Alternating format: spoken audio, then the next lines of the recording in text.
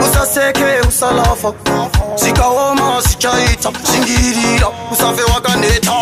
rugare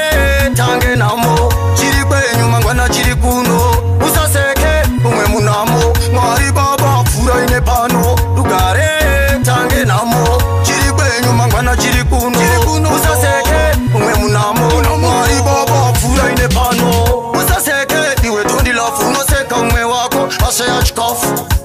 aiwa pafeandora funo kanza uchitemba kuti uri mutafu simwe zvacho usafurirwa kana ukapfuma usazokanganwa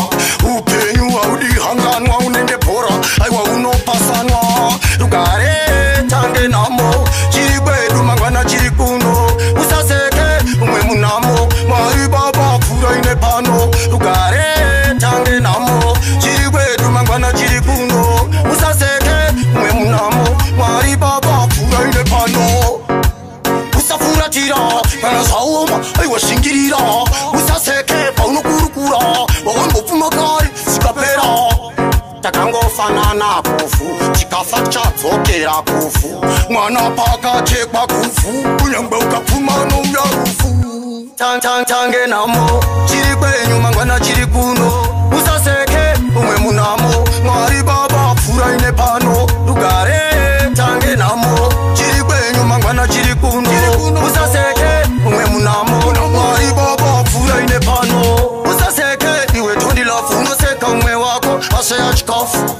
aiwa pafeandora funo kanza uchitemba kuti uri mutafu simwe zvacho usafurirwa kana ukapfuma usazokanganwa upenyu haudihanganwa unende bhora aiwa unopasanwa rugare tange namo chiri kwedu mangwana chiri kuno usaseke umwe munamo mwari baba pfura ine pano rugare tange namo chiri kwedu mangwana chiri kuno usaseke umwe munamo mwari baba pfura ine pano usafuratira kana zvaoma aiwa shingirira usaseke paunokurukura wawangopfuma kare zikapera takangofanana kufu chikafa chadzokera kufu mwana pakachekwa kufu kunyangwe ukapfuma nouya rufu